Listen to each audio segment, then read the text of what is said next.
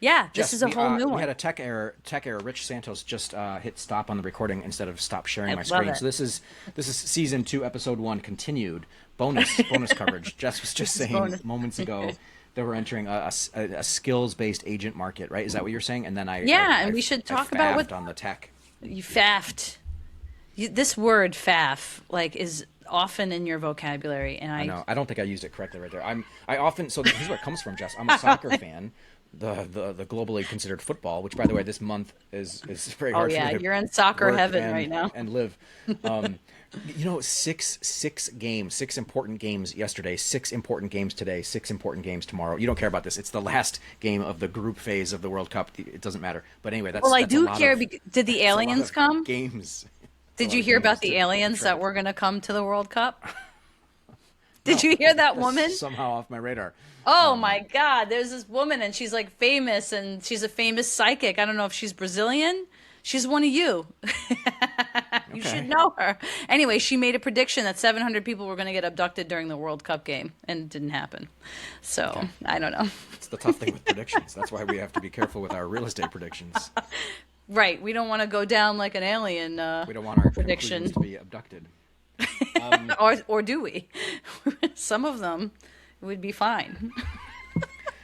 Okay, go. Sorry. No, you go. You had We're the off. we were just Oh. this is such a mess. We had just finished talking about the market data. I was de-sharing my screen. I Yeah, hit and end you hit recording instead. stop. But you were saying So now we have this weird how it's bumpy important. intro.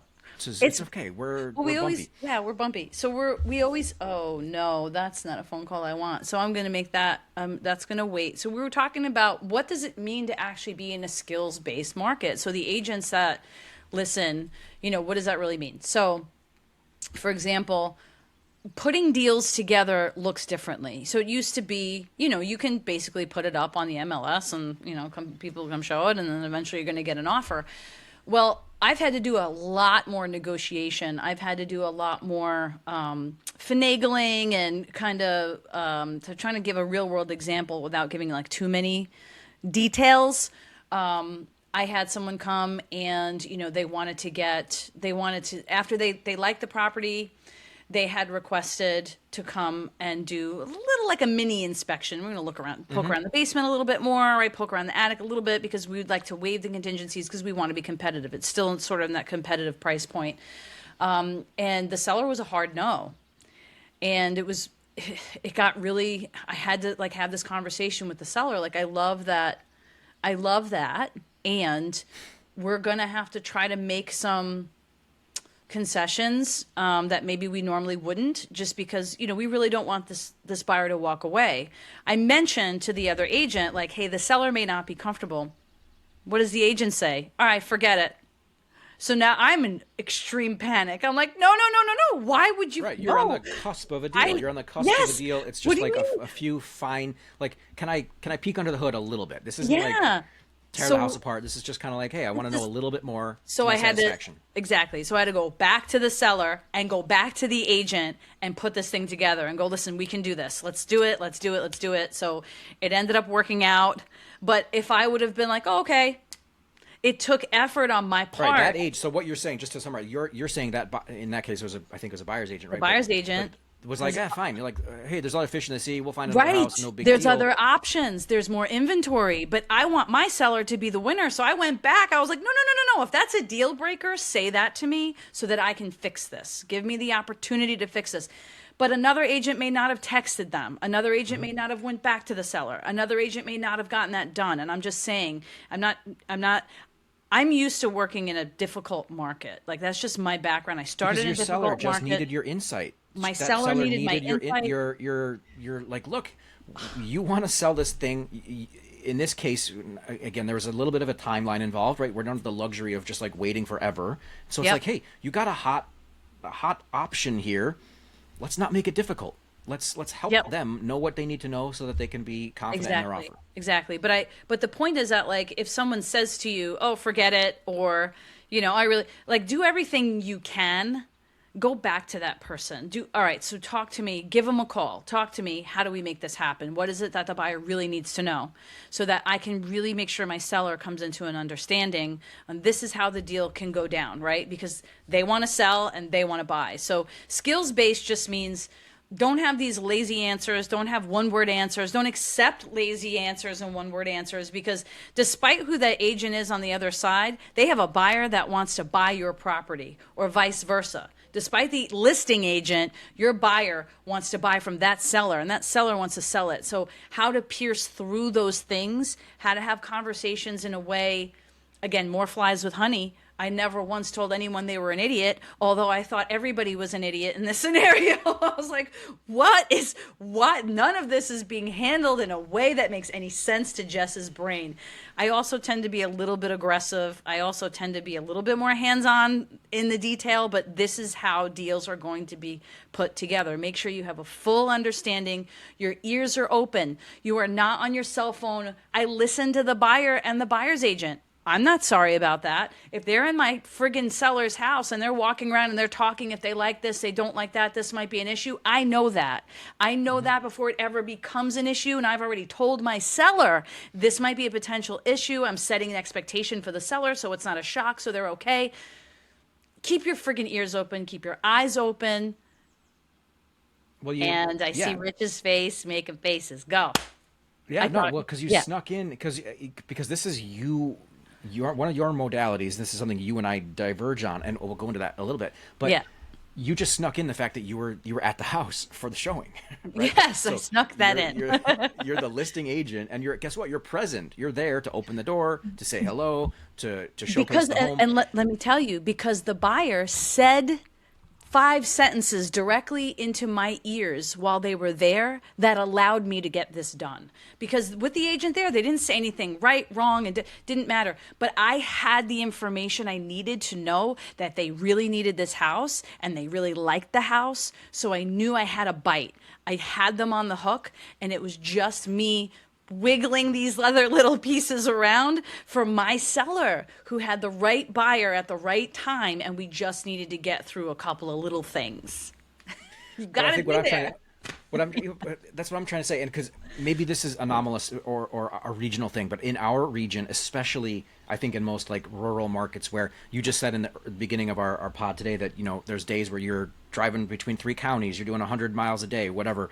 There's a lot of time from, like, I have a listing. It's not uncommon for me to have a listing that's 45 minutes to an hour away from my house.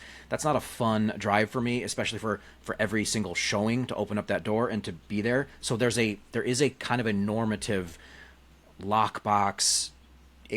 Buyer agent shows the house, come back to me with any questions or feedback. That's kind of a norm around here.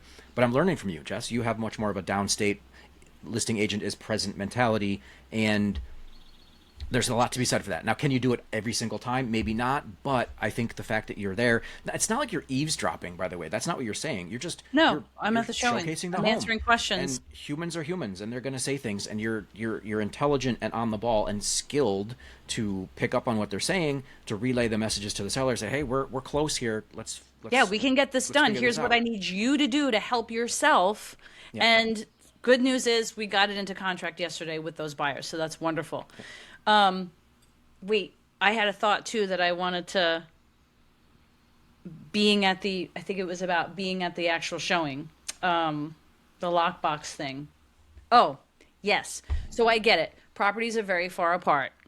That's why we have cars and not horses. And I feel like a lot of times, and this could be true for you too, Rich, you're busy. You get a lot of listings.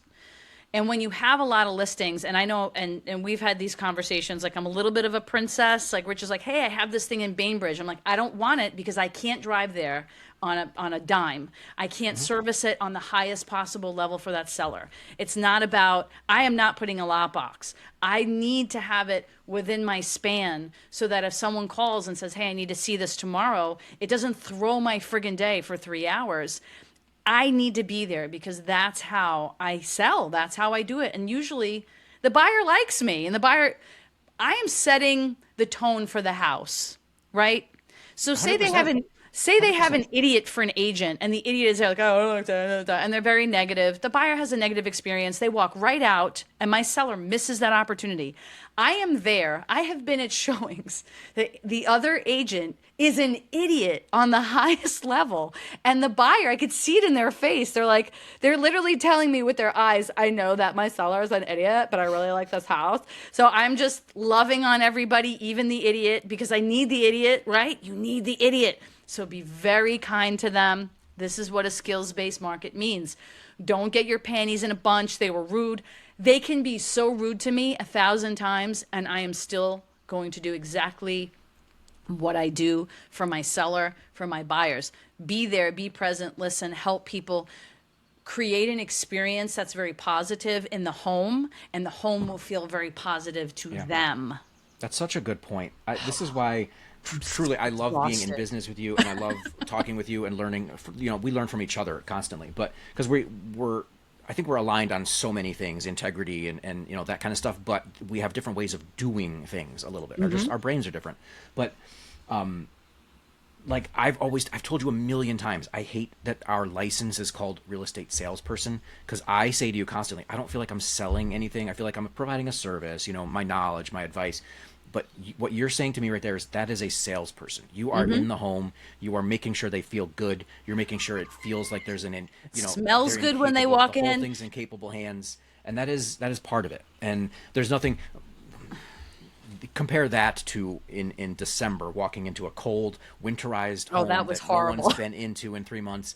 And I mean, is that a good buyer experience? Does that make you No. want to jump on that property? This is my first winter. Happen, This is but my first winter in real estate in upstate New York, and it was awful going into homes that were winterized. I am traumatized. I have PTSD now. Every time I feel a little cold, I'm like, oh no, don't put me in that dark, cold, got scary place 6 again. more months until that happens. So, I know. I'm like that. That's a lockbox day.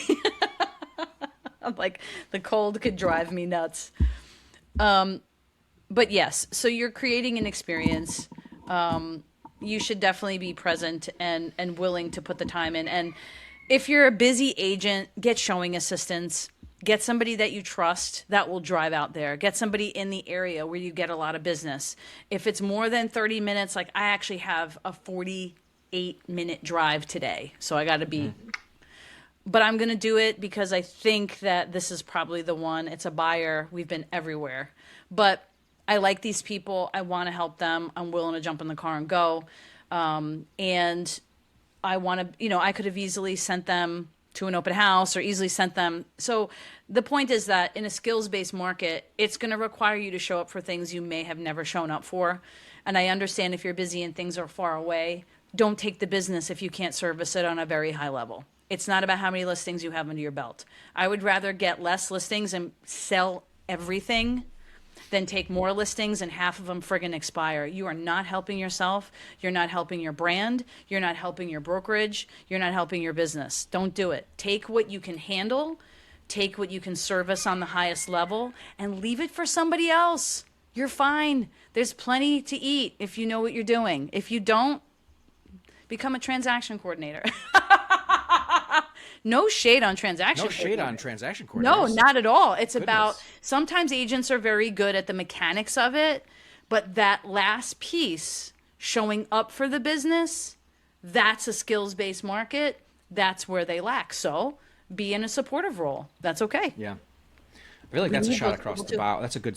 The skills section is good, and that's a shot across the bow for me too, and for a lot of agents. I don't mean just me, but Sorry, guys. I think that's no, but I think that that's what this spring All summer love. is starting to feel like. It does feel like it's harder. It's harder. It's harder to get things sold right now. Harder. So yeah, you got to work harder. You got to Yeah, it's harder. open up the toolkit a little bit more and expand your techniques, expand your the experience you offer, and whether that's we can talk about anything. That could be, are you doing floor plans? Are you doing virtual tours? Are you doing video tours? Are you whatever, there's a million things that agents can do to increase the viewer, kind of what do I call it, like the viewer holding them experience. on, the viewer While- experience. While the, all the, that's the important, interest. I do think all that's important. I think it's just saying fluff. Yeah. In a market like this, it's fluff. I think you have to do the best you can for marketing. Don't spend a lot there. Like, I'm not doing floor plans for everything anymore. I only did one video on one listing recently, but they're going into contract in less than 30 days. Why? Because I'm Well, showing that up for helps, them. though. Sure. Maybe we'll diverge on this, but no, for Yeah. example, you know for sure that a lot of the buyers in our market are traveling. They're not always from a local neighborhood to a local house. They're often looking for a second home or to relocate from somewhere else. But they're traveling for the day or whatever, right? But sometimes you can, I like to try to present things in a way that they know as much as they could possibly know before they show up. I don't. What Yes. you don't want is for the buyer experience to be disappointing. Oh, I thought Right. these rooms were bigger. Oh, I thought this connected to this. Oh, I didn't realize the garage wasn't attached to the house. Like, there's basic stuff that even through a photo reel people don't quite get. And so I Right. think that you don't not it might not work for everyone, but as a part of the skills that I would like to bring to the table, I think agents should is make it as detailed as possible. You should have a like I'm the data guy, Jess. Like, I want to have the survey, I want to have the deed, I want to read it to make sure that I understand if there's any restrictions or covenants. I want to know where the property boundaries are. I want to know the slopes. I want to know what the drainages are. Like, that's the land stuff I do. But in terms of the house, you want to know the systems. You want to know the age of things. You want to know when they improved this, when they improved that. That's all in that sort of onboarding of the listing, the research phase. But then once you've done the research, then you can present it in a way. So maybe you have, like, you're kind of shitting on floor plans, but they are Oh no, useful. not at all. I've They're never. useful. No, No, they don't actually, do you're them an up advocate here. for floor plans. You're I saying we do don't do them all yeah. the time. Yeah. What I'm saying No. is that don't hide behind it. What I'm saying is, if you're going to do all that, don't drop the ball in the 11th hour and not actually show up for it too. Because you can put all that media and content out there, and then if you're not there to put the deal together, you're not selling it. I love all the fancy bells and whistles, and you still have to agent, is my point. I don't want agents to hear that they can just do all the fancy bells and whistles, and we're not in that market anymore. It's you got to show up, you got to be there, got to be present. You can just get a professional set of photos and do nothing else. Show up and be present, and I guarantee you will sell the house. I guarantee it. You don't have price to point. know everything about it. It's price point. You don't have to know everything about it, and that's where me and Rich definitely diverge, because sometimes I don't know where the septic is. Yesterday when we had the closing, the buyer asked me, "Do you know where the septic is?" I was like texting my TC. I'm like, "Where does it say?" And I texted Rich. I was like, "Where's the septic?" Because he's building a fence and he needs to know that he's not going to hit it. It's not what I needed to do to sell the house, right? They get inspectors. We can ask the seller. Like, when we need to know, we'll know. It's okay. I don't get I don't want to say bogged down in the minutia. I know that all of those things are really, really important. It's not necessarily my lane. My lane is to show up, be present, and get the house sold. See, but Yep. this is good that we don't do the same. Yeah, we do diverge. I would because again, and maybe people- it's just like we have different psychologies. My psychology is, if I'm going to sell the thing, like if I was a car salesman, I would want to know the heck out of the car. I'd want to know how the engine works. I'd want to know what cloth, Like, fabric, here's they're the key. where are they manufacturing Here's this the cloth gas. from, and how many tests did they do on this fabric, and why is it a superior choice? Like, I would want to know that because I'd want to sell it and say, look, this is like the best fabric on the market. Like, that's what I would do. I'm like, But- that's great. I love that. And does it drive well? How does it make you feel when you're in it, when the wind's blowing in your hair? Because that's what's selling it. Well, yeah, and that works, and my way works too, right? Every people are different, right? Where they're gonna so my geekiness about the fabrics of the car seats are gonna speak to some people, and that wind rushing through your hair feeling on the highway is gonna speak to other people. So That's right. Well, that's why it's good to interview multiple agents. There's going to be people that gravitate towards Rich's style and go, you know what? I really like that. I want someone, because this is a nuanced house. This does have a lot going on. I need the agent that's going to take the time to highlight these features, because this may not make sense on face value. Where I'm the one, like, I'll throw it up, I'll get it out there, I'm going to get people to come in, and then we're going to ask questions, and then we're going to suss it out, and then we're going to, because I want them to fall in love with it, and then they're going to be interested in what those minutia and those details are. So we get to it at some point. You lead with it, where I'm like, I just want people to fall in love with it, and then we're going to work through all those details and make sure it's the right home for them. yep. So cool. So what does skills-based market mean to you? I'm talking slow because he's looking at his phone. Sorry, I'm I giving keep him time to I look thought at I his had phone. I everything know it's off, constant. and I keep getting I dings. know, but a skill-based market means you answer your phone in a timely way when people are texting and calling and they need your help right now. So what does it mean to you, Rich? What do you think are the skills that are going to be important for agents to have in this really interesting market, and everyone's going to get their ass handed to them? I kind of can't wait. Wait, what are you asking me? I'm I so know. sorry. I got like weird on that last. Well, I'm excited about a difficult market because I think the people who are really good at this are the ones that should be in this. I think that I'm so sorry. I I'll was come having back to your dings question. and clicks It's coming in fine. at me left and right. And I Sellers couldn't figure out where they were coming from. sellers and buyers need someone that knows what they're doing. And new agents need to know that this is not an easy job. It's not a job. It's not easy. This is a difficult career. This is a difficult business.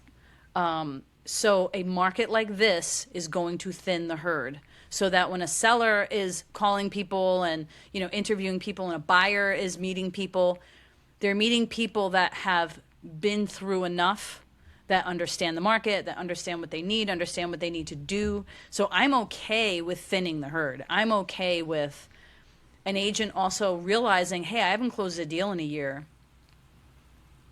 Yeah, you haven't closed a deal in a year. So what does that mean? You might be better in a support role. There's a lot of different support roles that real estate agents need that are perfectly viable careers. Then work with a team, right? See if a team needs help. What skills do you have that you can bring to someone who has too many leads? So you got to look at yourself very honestly, and you have to look at the market very honestly. And again, so anyway, my point was that I'm okay if we thin the herd. But my question for you, sir, was what skills do you think, or skill, what do you think agents are going to really need to know or do or have in their tool bag for the upcoming shifting market? I mean, I always go to communication. I think that maybe this is the evolution of me as a human. I was thinking recently about how this is a total tangent, but like I'm a fairly like we do a podcast because you and I are both fairly good at talking, right? And I wasn't always this way. I was incredibly shy as a young human, as a young adult, and everything. I was really really introverted, super shy, painfully so at times. And I spent like the first 25 years of my life just like watching humans interact, and a lot of times I felt like I was a robot, like I think I finally figured out how humans work, and so now I can act like a human. Like honestly, that's part of what it is. But I think that what that leads me to now is a place where I'm comfortable in my own skin. Maybe I wasn't always, and I'm comfortable with the conversations I have, and I'm not afraid to have a difficult conversation, whether that's a pricing strategy, whether that's a hey, you're not ready to list this yet until you do these couple things that are going to be very important. Like, oh, I've got a stone septic. I'm like, okay, that's cool that you live in this farmhouse that's a stone septic, but that is going to be a problem for the market. You either got to price it way down to anyway, it's stuff like that. But it's not like, oh, that's fine, we'll deal with it. Like you just said, we'll deal with it. But there are some things that it's like we have to have a strategy. I don't Like care the if we Federal do it Pacific right now. panel, do that Exactly. first. Exactly. Yeah. There are things that I'm just going to tell you. If you want this sale, if you want this to work the way you think it's going to work, there are things that we need to do. Collect, you through me and through my advice or whatever. But I just think communication. I think it's the talking through what our listing agreement is, talking through what the buyer agreement is, talking through what the key things of a contract are. Now, in our area, this is also not normal for everyone, but we talked about this all the time. We do something weird. And when you want to make an offer for a house, you don't just make an offer, you write a full gosh darn purchase contract to buy the property and all 8 pages of this monster contract. And a lot of times that's the first time you've been working with a buyer for 6 months, seeing 125 or 30 homes. And the first time they see a document when they're finally ready to write an offer, and they're like, I don't think I want to sign this thing. This looks like a contract. You're like, yeah, of course. But if You're you buying a haven't like house. prepped them for that, or maybe give them a sample, or like warm them up to the idea that in our area, this is what we'll do. We'll write a full-on contract. You'll sign it, Yep. and at some point, an attorney will look at it and guide you through that if they need It's to. a But like, weirdo, it's very especially for daunting. downstaters. It's a very weirdo process, but that's just kind of the way it goes, and everything's okay. But it's You're gonna be that's fine. what I'm. But it's communicating that in like it's like set the expectation. Again, I talked about the expectation for the seller of like what's the net sale going to be, what are our costs going to be, what are our potential hurdles going to be. Same thing for a buyer. Hey, here's how it's going to work. Like, I just feel like the skill is the skill is look at the market data. The skill is watch the market, watch every single day. Wake up, go into your system, your MLS, whatever it is, and know the numbers. See what's new, see what closed. Why did that one sell for above asking price where that one next door sold for way below? What's the secret there? There's a lot that we can know. I just think it's it's be professional. Literally just be professional. Want to be the best at what you do. And am I saying I'm the best? I'm not. I'm super flawed. We're I try always my learning. best. Yeah, I we're have the always best learning. intentions. And I am trying to always learn, but I just think that as a baseline, the fact that I want to be good at it is above average. You know what I mean? Because Yep. I think a lot of people see this as just something they do, and they can kind of like like it's almost like I can get away with doing this. You know, real estate's like a thing I can just kind of That's what I'm. Yeah. slide through. And Yeah, I don't and think you can't. I mean, maybe you have been able to, but you're gonna slide the right out of consumer should here expect in the more. next The 6 consumer months. deserves more. Yeah, the seller customer deserves more. So your top three are communication, information, know your stuff, know your market, and professionalism. So those are the top three skills that Rich Santos says you guys it. need if you're gonna survive the shift. Woo! And what's Jess's advice? Let your wind Yeah. flow through your hair and it'll be fine. No, show up. Follow up. Oh, I need a third one. Show up, follow up, and don't fuck it up.